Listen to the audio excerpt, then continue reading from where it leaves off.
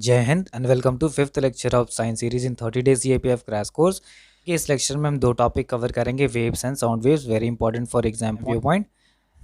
The secret is within you. देखिए, जो भी सीक्रेट आप आउटसाइड सर्च करते हैं it is fake. The actual secret lies within you, inside you. If you are looking for the strength then you should search with in and you will find immense power that will drive you towards your goal. तो इसी thought के साथ हम lecture की तरफ proceed करते हैं। देखिए, सबसे पहला टॉपिक है हमारा वेव। वेव जो है एक डिस्टर्बेंस है जो एनर्जी को प्रोपेगेट करता है from one place to other and इसमें without actual transport of matter होता है। एग्जाम्पल के तौर पे आप ऑब्जर्व कर सकते हैं कि अगर एक रिवर में या पॉन्ड में आप अगर एक पत्थर फेंकते हैं तो गोल गोल वेव उसमें से ट्रांसपोर्ट होते हैं, और यहाँ पे एक्चुअल ट्रांसपोर्ट ऑफ वाटर नहीं होता है, only the energy is transported in the wave. Two types के होते हैं, mechanical waves and non mechanical waves. देखिए, मैकेनिकल वेव्स उसको बोलते हैं, उस वेव को बोलते हैं that requires material medium for propagation, and non mechanical wave जो does not require material medium for propagation. Mechanical medium, material medium कुछ भी हो सकता है, सॉलिड, लिक्विड या गैस। मैकेनिकल वेव को हम इलास्टिक वेव भी बोलते हैं। मैकेनिकल वेव दो टाइप के होते हैं, longitudinal wave and transverse wave. देखिए, longitudinal waves are those wave which vibrate in the direction of propagation. जैसे मान लीजिए अगर इस डायरेक्शन में चल रहा है तो वेव्स जो है वो इसी डायरेक्शन में वाइब्रेट करते हुए आगे बढ़ेंगे, that is the longitudinal wave.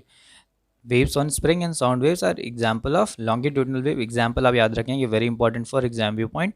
Next is transverse wave. इस केस में जो मटेरियल जो पार्टिकल्स हैं वो वाइब्रेट करते हैं परपेंडिकुलर टू द डायरेक्शन। जैसे मान लीजिए वेव इस डायरेक्शन में चल रहा है तो जो वो है वो ऐसे परपेंडिकुलर डायरेक्शन में वाइब्रेट करते हैं, that is transverse wave. Water on strings under tension, surface water, these are transverse wave. एक पॉइंट आप याद रखेंगे कि waves produced by moving water boat on the surface of water is both transverse as well as longitudinal wave, very important. Next हमारा non mechanical wave, इसको हम electromagnetic waves भी बोलते हैं। These waves do not require medium for propagation, light, heat are examples. जितने भी electromagnetic wave हैं they consist of photons, और वेवलेंथ जो इलेक्ट्रोमैग्नेटिक वेव का 10⁻⁻14 मीटर टू 10⁻⁴ मीटर, आप ध्यान रखेंगे। प्रॉपर्टीज़ आप पढ़ लेंगे इलेक्ट्रोमैग्नेटिक वेव्स का, there is nothing much to explain here.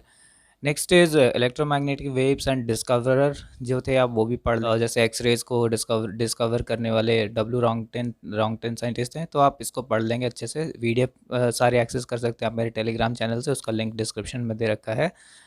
Wavelength है इलेक्ट्रोमैग्नेटिक वेव्स का that lies in the range of 10⁻³ metre to 10⁻⁻² metre and they are called the microwaves.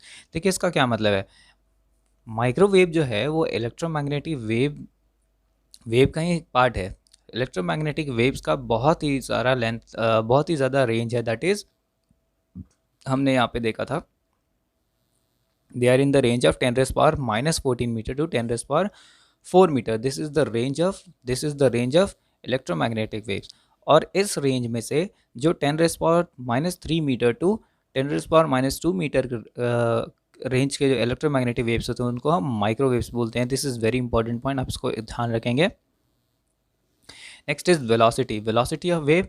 आप फार्मूला ध्यान रखेंगे, इससे आपके क्वेश्चंस बन सकते हैं, frequency into wavelength. Next is sound wave.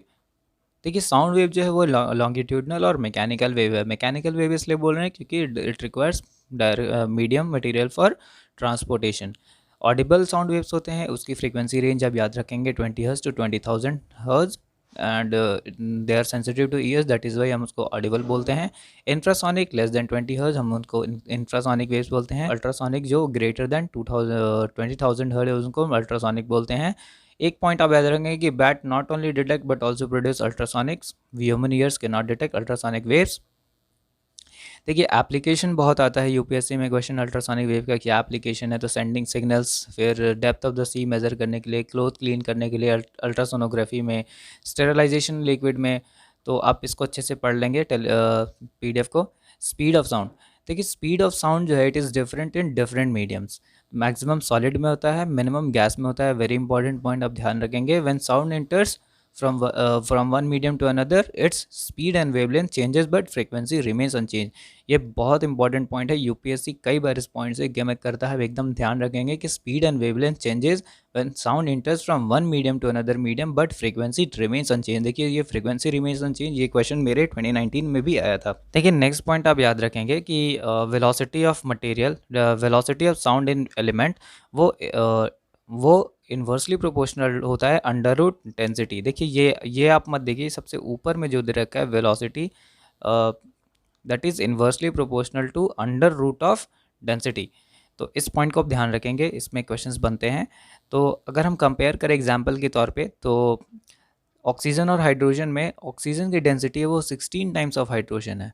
तो अगर दोनों की वेलोसिटी, हम दोनों दोनों एलिमेंट में हम वेलोसिटी ऑफ साउंड को कंपेयर करें तो under root of 1/16 that is 4 times, मतलब कि वेलोसिटी जो है हाइड्रोजन में ज़्यादा है क्योंकि हाइड्रोजन की डेंसिटी कम है। Sound of velocity in oxygen कम है क्योंकि इसकी डेंसिटी ज़्यादा है। और अगर कंपेयर करें कितना ज़्यादा है कितना कम है, तो अंडर रूट 1/16 करेंगे तो आप देखेंगे 4 टाइम्स आ रहा है। कुछ वाटर पॉइंट्स आप ध्यान रखेंगे कि wavelength of sound is affected by air temperature, it is independent of pressure, remains unchanged by increase और decrease in pressure, but temperature affect करता है वेवलेंथ को। It increases, speed of sound increases with increase in temperature, decreases with decrease in temperature। more humid air में speed जो है sound का ज़्यादा होता है। next is intensity। देखिए amount of energy passing normally per unit area is intensity, इसको हम measure करते हैं watt per meter square। intensity of sound at a point is, अब very important point, intensity of sound at a point is, दो point आप याद रखेंगे कि inversely proportional to distance square and directly proportional to amplitude square, frequency square और and density of the medium.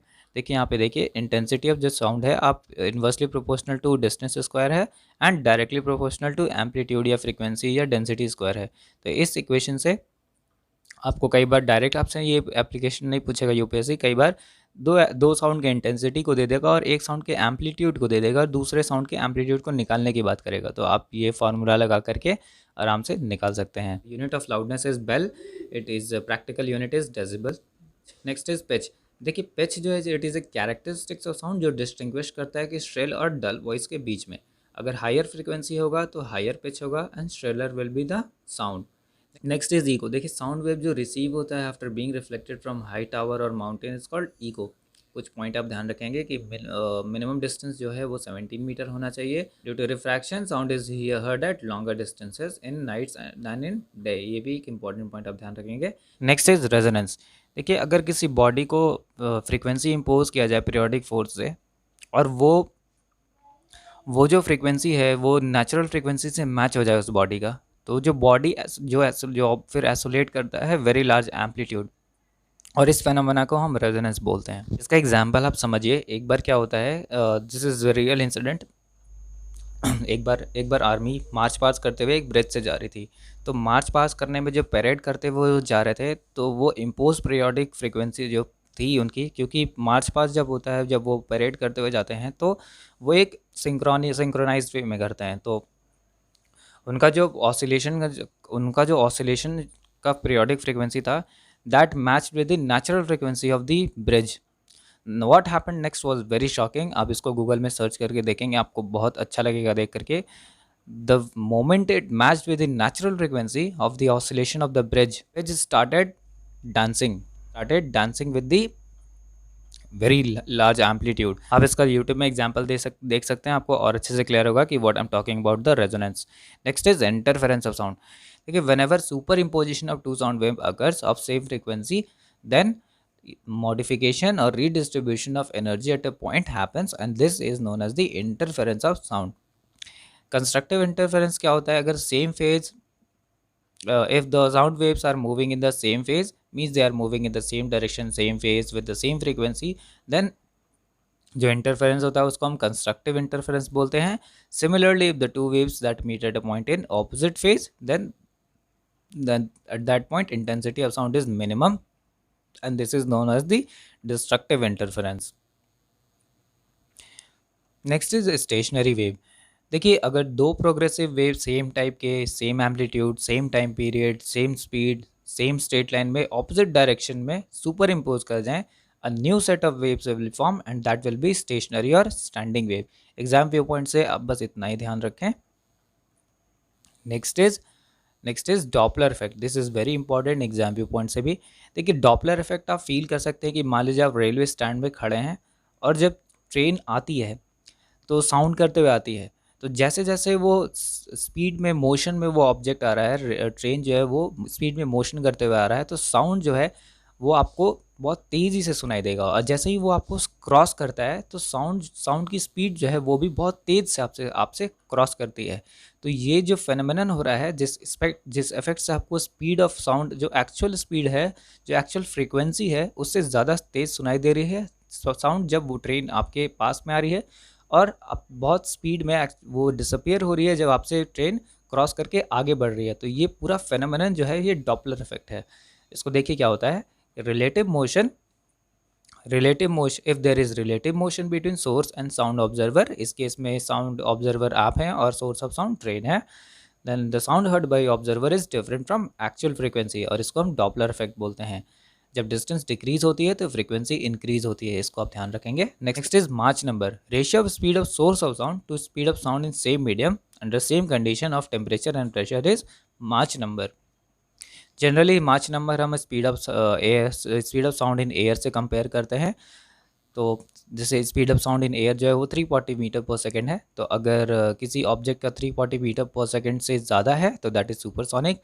If it is more than 5 times, if it is more than 5 times of speed of sound in air then it is hypersonic. अगर Mach number किसी body का less than 1 है तो उसको हम subsonic बोलेंगे।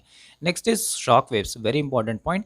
देखिए क्या होता है कि जब बॉडी सुपरसोनिक स्पीड से, that is with Mach number greater then 1, तो it leaves a conical region of disturbance and such a disturbance is called shock waves. और शॉक वेव इतना ज़्यादा एनर्जी कंटेन करता है कि it may bring cracks in window panes और even damage the building. Shock wave का आप छोटा सा एग्जांपल देख सकते हैं कि जब प्लेन बहुत ही क्लोजली अगर किसी बिल्डिंग से क्रॉस कर दी है तो वो जो साउंड वेव होता है दैट इज़ वेरी डिस्टर्बिंग। तो आप इतना ध्यान रखेंगे। नेक्स्ट इज बो वेव। देखिए शॉक वेव जैसे एयर में है, जैसे एयर में शॉक वेव्स होता है वैसे ही सिमिलरली अगर सुपरसोनिक साउंड से ज़्यादा अगर वेव्स स्पीड ऑफ वेव अगर सरफेस ऑफ वाटर पे आए तो उसको हम बो वेव्स बोलते हैं।